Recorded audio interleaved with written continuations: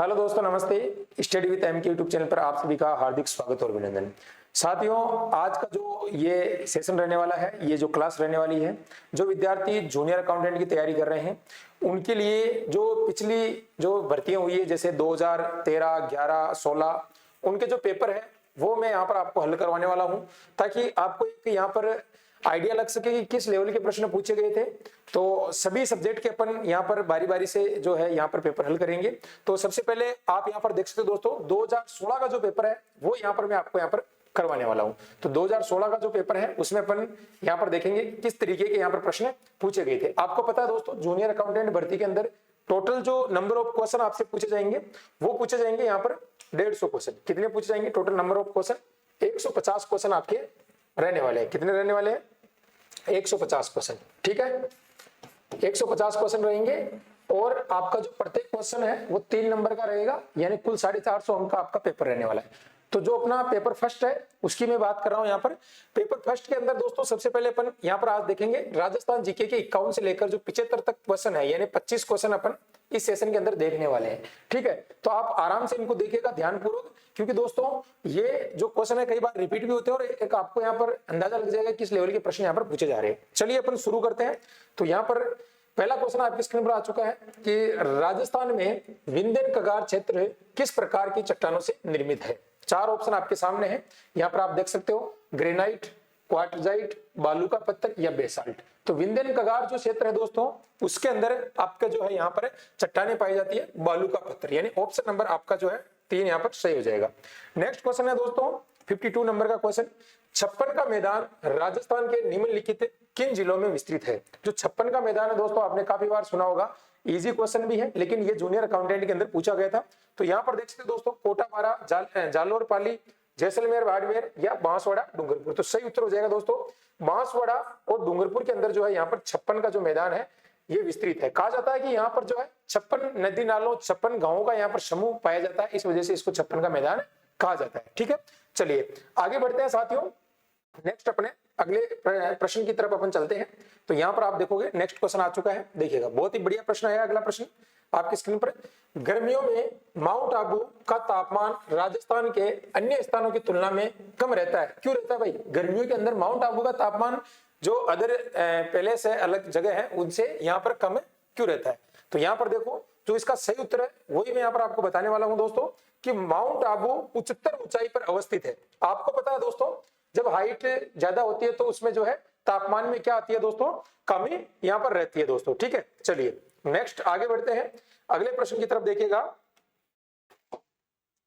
अगला प्रश्न है आपकी स्क्रीन पर देखिएगा 54 नंबर का क्वेश्चन। ठीक है, राजस्थान के निम्नलिखित राज्यपाल में से किसने अपने पद से त्याग पत्र दिया था।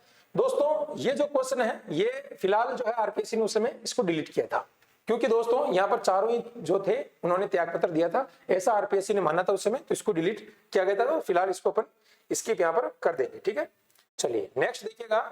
अगला प्रश्न आ चुका है फिर से आपकी स्क्रीन पर, निम्नलिखित में से कौन राजस्थान के मुख्यमंत्री कभी नहीं रहे। भाई राजस्थान के मुख्यमंत्री नहीं रहे थे, हीरालाल देवपुरा जी, CS वेंकटाचारी, गोकुल लाल असावा या बरकतुल्ला खान।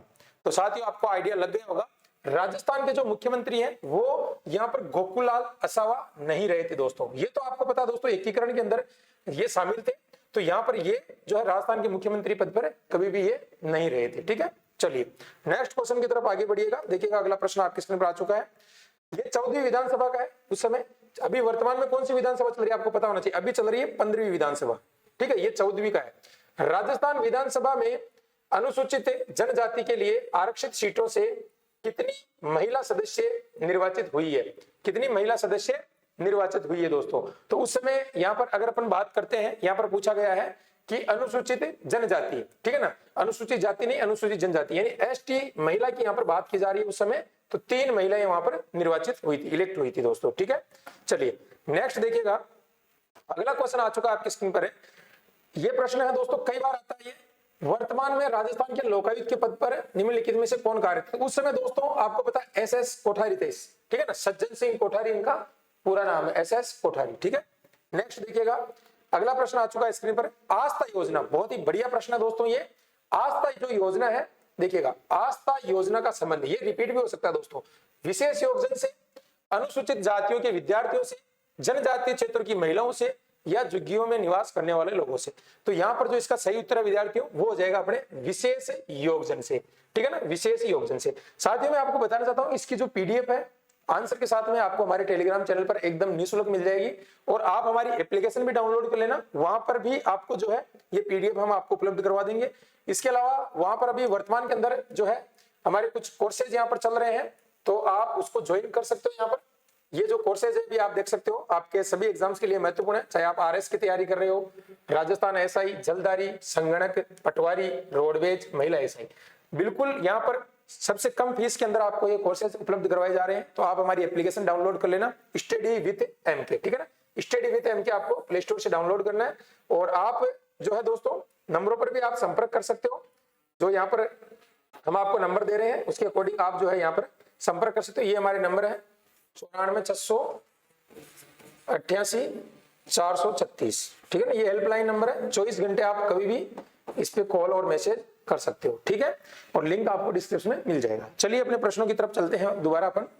तो यहाँ पर आप देखोगे दोस्तों, तो अपना अगला जो क्वेश्चन है राजस्थान जीके का वो देख लीजिएगा, 59 नंबर क्वेश्चन, ठीक है। 59 नंबर जो क्वेश्चन है वो आपकी स्क्रीन पर आ चुका है। सभी को यहाँ पर इसका आंसर बताना है कि जो है इसका आंसर क्या होगा, देखिएगा। प्रश्न कह रहा है चांदमारी तांबा परियोजना राजस्थान के किस जिले में कार्यरत है। यानी दोस्तों तांबे का नाम लेते ही आपको पता होना चाहिए कहां पर है, राजस्थान के झुंझुनू जिले के अंदर सबसे ज्यादा तांबा पाया जाता है, ठीक है।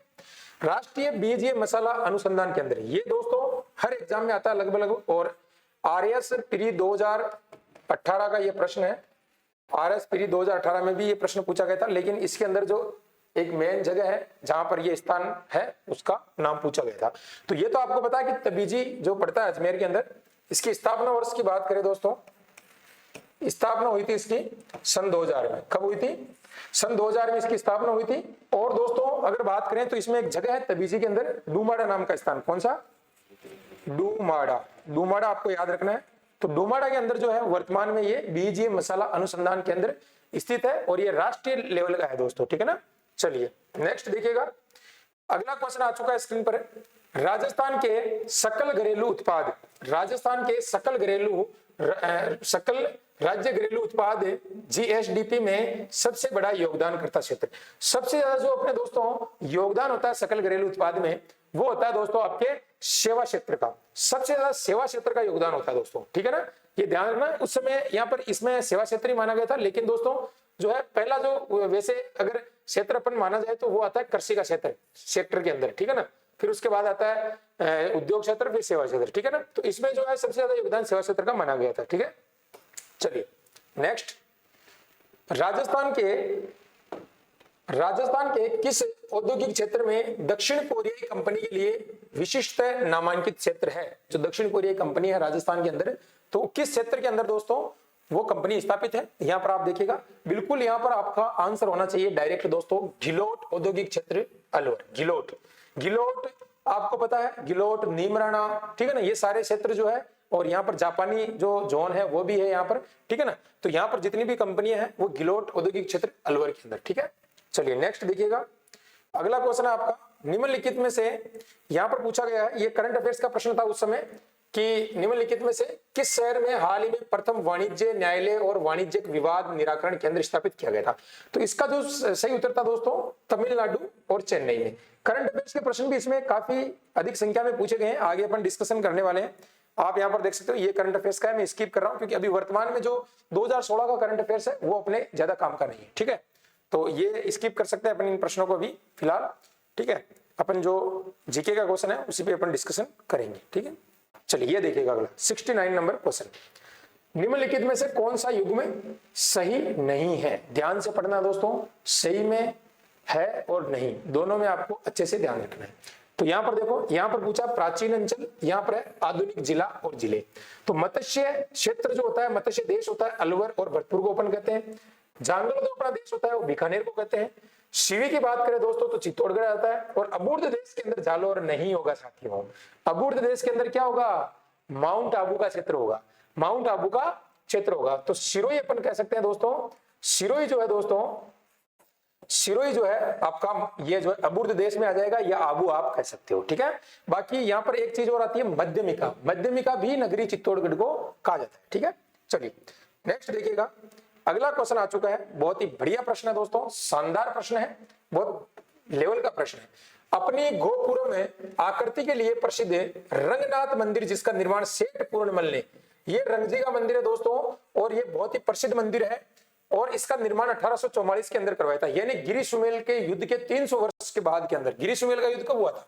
1544 के अंदर हुआ था, और ये जो मंदिर है ये 1844 में बना था। तो इसका निर्माण करवाया था, ये कहाँ स्थित है और किसने करवाया था? सेठ पूर्णमल ने करवाया था दोस्तों, सेठ पूर्णमल ने ये करवाया था। एक प्रश्न और पूछूंगा इसके बाद में, पहले यहाँ पर देख लीजिएगा दोस्तों, इसका जो निर्माण करवाया था पुष्कर के अंदर करवाया था, और आपको पता है दोस्तों पुष्कर जो है बहुत ही एक महत्वपूर्ण स्थान है, पूरे विश्व के अंदर अपनी पहचान बनाए रखा है। अजमेर जिले के पुष्कर के अंदर आपको पता है दोस्तों, यहाँ पर ब्रह्मा जी का विश्व स्तरीय एकमात्र मंदिर है, जहां पर कार्तिक पूर्णिमा को यहाँ पर मेला लगता है दोस्तों, और देश विदेश से कई लोग यहाँ पर जो है, यहाँ पर पर्यटक आते हैं, आप सभी को पता है। यहाँ पर पशु मेला भी लगता है, और यहाँ पर दोस्तों सावित्री माता का मंदिर है पास के अंदर, वहां पर चढ़ाई ऊंचाई पर जो वहां पर एक रोप वे भी लगा हुआ है, ठीक है ना। तो ये भी ध्यान रखना है, वहां पर 2016 के अंदर 3 मई 2016 को वहां पर रोप वे लगाया गया था 387 मीटर का, सावित्री माता मंदिर पुष्कर के अंदर, ठीक है। इसके अलावा दोस्तों पुष्कर के अंदर ब्रह्मा जी का मंदिर है, ब्रह्मा जी का जो मंदिर है इसका निर्माण किसने करवाया था? ये प्रश्न कई बार एग्जाम में आता है। ब्रह्मा जी की जो चतुर्मुखी मूर्ति है, यानी 4 मुंह वाली जो मूर्ति है, उसका निर्माण किसने करवाया? तो वो करवाया, आपको ध्यान रखना, गोकुल चंद पारीक ने। किसने करवाया? गोकुल चंद पारीक, ध्यान रखना भाई, गोकुल चंद पारीक ने जो है दोस्तों इसका क्या करवाया भाई? निर्माण करवाया, ये ध्यान रख लेना। इसके अलावा दोस्तों यहाँ पर 52 घाट है, मेरी जनाना घाट है, गऊ घाट है, ये जो है पुष्कर, आप जब जाओगे दोस्तों कार्तिक माह की पूर्णिमा को यहाँ पर जो है मेला लगता है, और अगर ये प्रश्न कई बार आता है कि किस अंग्रेजी महीने में लगता है, तो नवंबर माह में ये संभवतः मेला लगता है अपने, ठीक है। तो ये चीज ध्यान रखना। बाकी जो रंगजी का मंदिर है इसमें एक विशेषता है दोस्तों, इसमें एक अपने यहाँ पर जो है गोल्ड का जो है एक पिलर बना हुआ है, ठीक है ना। इस तरीके से गोल्ड का जो एक पिलर बना हुआ है बीच के अंदर, जब आप मंदिर में प्रवेश करोगे दोस्तों तो उसमें एक पिलर बना हुआ है, और इस मंदिर में जो है जो फॉरेन कंट्री के जो लोग हैं उनको यहाँ पर प्रवेश निषेध है, उनको अंदर नहीं जाने देते हैं, तो इसीलिए यहाँ पर यह भी इसकी विशेषता है, ये ध्यान रख लेना। चलिए नेक्स्ट चलते हैं अगले प्रश्न की तरफ। अगला प्रश्न देखिएगा, क्वेश्चन नंबर है आपका 71। बीसल देव रासो की मुख्य महिला पात्र निम्नलिखित में से कौन सी? बीसल देव की इंदुमती, राजमती, देवल दे, या फिर दोस्तों पद्मिनी। तो आप सभी जानते हो दोस्तों पद्मिनी तो नहीं है, पद्मिनी तो सिंहल देव जो श्रीलंका में है वहां के राजा की पुत्री थी, और आपको पता है राघव चैतन की वजह से यहाँ पर आपको पता है काफी संग्राम हुआ था, अलाउद्दीन खिलजी ने यहाँ पर जो है आक्रमण किया था 1303 के अंदर, यहाँ पर जो है जोहर हुआ था दोस्तों, आप पता होना चाहिए। तो इसका सही उत्तर अपना हो जाएगा दोस्तों राजमती। राजमती बीसल देव रासो में महिला मुख्य पात्र है, और बीसल देव रासो जो ये ग्रंथ है दोस्तों इसकी रचना किसने की थी? ये आपको ध्यान रखना, इसकी रचना की है दोस्तों नरपति नहल ने। किसने की है? नरपति नहल ने, ठीक है। चलिए बीसल देव रासो की नरपति नहल ने। नेक्स्ट देखिएगा दोस्तों, अगला क्वेश्चन आपकी स्क्रीन पर आ चुका है प्रिय विद्यार्थियों। जिला जिसमें लोक देवता रामदेव जी की समाधि अवस्थित है, वह जिला जिसमें लोक देवता रामदेव जी की समाधि स्थल है। ये तो भाई बच्चा बच्चा जानता है कि रामसा पीर जिनकी समाधि कहां पर स्थित है, वो है दोस्तों जैसलमेर के अंदर। कहां पर है दोस्तों? जैसलमेर के अंदर है। और दोस्तों आपको पता है रामदेव जी महाराज भाद्रपद द्वितीय को यहाँ पर जो है जिसे बाबेरी बीच कहा जाता है, उसको मेला लगता है यहाँ पर। और जो इनका जो मेन मंदिर है वो है दोस्तों रामदेवरा, जैसलमेर के अंदर पड़ता है। लेकिन ध्यान रखना इनका जन्म जो है दोस्तों वो हुआ था बाड़मेर, उड्डू काश्मीर बाड़मेर शिव तहसील के अंदर रामदेव जी का जन्म हुआ था। पंच पीरों के अंदर इनको शामिल किया जाता है दोस्तों, ठीक है। और दोस्तों बात करें रामदेव जी महाराज की, तो यहाँ पर दोस्तों जो है इनका जैसलमेर के अंदर समाधि बनी हुई है, और इनका जो मंदिर है जैसलमेर के अंदर वो बीकानेर के महाराजा गंगा सिंह ने उसका निर्माण करवाया। ये भी आपको ध्यान रखना है, किसने करवाया है? बीकानेर के महाराजा गंगा सिंह ने, ठीक है ना। तो ये चीज ध्यान रखना है। और अजमाल जी इनके पिता का नाम था, मैणादेवी इनकी माता का नाम था, ठीक है ना। ये भी आपको ध्यान रखना है दोस्तों, ठीक है। और जो इनके भक्त होते हैं उनको रिखिया कहा जाता है दोस्तों। 24 वाणियां 24 ग्रंथ के रचयिता है। और रामदेव जी राजस्थान के एकमात्र जो लोक देवता है वो क्या थे? कवि भी थे दोस्तों, ये भी आपको ध्यान रखना है, ठीक है। चलिए नेक्स्ट क्वेश्चन की तरफ आगे बढ़ते हैं अपन। अगला क्वेश्चन आपकी स्क्रीन पर आ चुका है, बहुत बढ़िया प्रश्न है 73। राजस्थान के किस जिले में एकलिंग जी का मंदिर स्थित है? एकलिंग जी का जो मंदिर है दोस्तों, राजस्थान के किस जिले में है? उदयपुर में, जैसलमेर में, अजमेर में, राजसमंद में। ये प्रश्न है दोस्तों, आपके मेवाड़ राज्य से संबंधित है। तो यहाँ पर आप देख सकते हो एकलिंग जी का जो मंदिर है दोस्तों, वो है उदयपुर के अंदर। प्रॉपर अगर आपसे जगह पूछी जाए, उदयपुर के अंदर पड़ती है एक जगह कैलाशपुरी। कहां पर है दोस्तों? उदयपुर में। जगह का नाम है कैलाशपुरी, ठीक है। कैलाशपुरी के अंदर जो है इनका ये मंदिर बना हुआ है, उदयपुर के अंदर, ठीक है। और इसका निर्माण किसने करवाया? कई बार ये भी प्रश्न आता है। तो आपको पता है दोस्तों, बप्पा रावल ने करवाया था। किसने करवाया था? बप्पा रावल ने जो है इनका निर्माण करवाया था, जिसको अपन क्या कहते हैं दोस्तों? काल भोज के नाम से भी जानते हैं, काल भोज, ठीक है। बप्पा रावल या काल भोज ने इनका जो है निर्माण करवाया था। और ये लगभग उदयपुर से 2 किलोमीटर दूर जगह पड़ती है, कैलाशपुरी, वहां पर स्थित है, ठीक है। चलिए नेक्स्ट क्वेश्चन की तरफ चलते हैं। 74 नंबर का क्वेश्चन आ चुका है, बहुत ही बढ़िया प्रश्न है ये भी। ये देखिएगा, जय नारायण व्यास के बारे में निम्नलिखित में से कौन सा कथन गलत है? वे मारवाड़ लोक परिषद के सक्रिय सदस्य थे। बिल्कुल भाई, जोधपुर के हैं तो मारवाड़ के थे वो, ठीक है। वे तरुण राजस्थान के संपादक भी थे, जो समाचार पत्र चलता था तरुण राजस्थान, उसके वो संपादक भी थे, ठीक है। आगे बात करते हैं, 1951 में अपना पहला विधानसभा चुनाव बिल्कुल हार गए थे दोस्तों। वो हार गए थे, कहां से हारे थे आपको पता होना चाहिए। फिर वो दोबारा, जो किशनगढ़ क्षेत्र है राजस्थान के अजमेर जिले में, किशनगढ़ से उन्होंने दोबारा जो है जयनारायण व्यास ने चुनाव जीता था किशनगढ़ से, जो अजमेर जिले में पड़ता है, मार्बल सिटी के नाम से, मार्बल नगरी के नाम से जाना जाता है दोस्तों। वहां से जयनारायण व्यास ने जो है दोबारा चुनाव लड़के वहां से जीते थे, फिर उसके बाद में वो सीएम बने थे। तो ये चीज ध्यान रखना है। ये दोस्तों निर्वाचित और मनोनीत दोनों प्रकार के मुख्यमंत्री रहे राजस्थान के, एकमात्र जो निर्वाचित भी, इलेक्ट भी हुए हैं दोस्तों, और मनोनीत भी हुए हैं, ठीक है ना। दोनों चीज आपको ध्यान रखना है, ठीक है। उसके बाद में बात करते हैं कि उन्होंने 3 बार, ये राजस्थान के 3 बार मुख्यमंत्री नहीं रहे हैं दोस्तों। तो आपको इस प्रश्न का आंसर बताना कमेंट करके कि राजस्थान के कितने बार ये सीएम पद पर सुशोभित हुए हैं, ठीक है ना। ये चीज आपको ध्यान रखना है। बाकी ये सारी चीजें सही है। सबसे ज्यादा अपने 17 वर्षों तक रहे थे दोस्तों, आपको पता है कौन रहे थे 17 वर्षों तक? मोहनलाल सुखाड़िया, राजस्थान के 17 वर्षों तक मुख्यमंत्री रहने का गौरव उनके पास में है दोस्तों, ठीक है। अब तो सीएम अशोक गहलोत भी अपने इस लाइन में आने वाले हैं, ठीक है। चलिए आगे देखिएगा, लास्ट क्वेश्चन है राजस्थान जीके का अपने, बहुत बढ़िया प्रश्न है ये भी। 75 नंबर क्वेश्चन है, 2011 की जनगणना के आंकड़ों के अनुसार राजस्थान की साक्षरता दर, यानी दोस्तों लिटरेचरी जो रेट है राजस्थान की, वो कितनी है? देखिएगा यहाँ पर 66.11। बिल्कुल दोस्तों, आंकड़ा अभी नहीं बदलेगा, अभी डिजिटल जनगणना होने वाली है, यानी लगभग 1-2 साल बाद में। तो ये 2011 का ही आपको पढ़ना है। वैसे जनगणना होती है हर 10 वर्षों के बाद में, तो यहाँ पर अपने को यही पढ़ना है। अभी फिलहाल कोई चेंज नहीं होगा डेटा।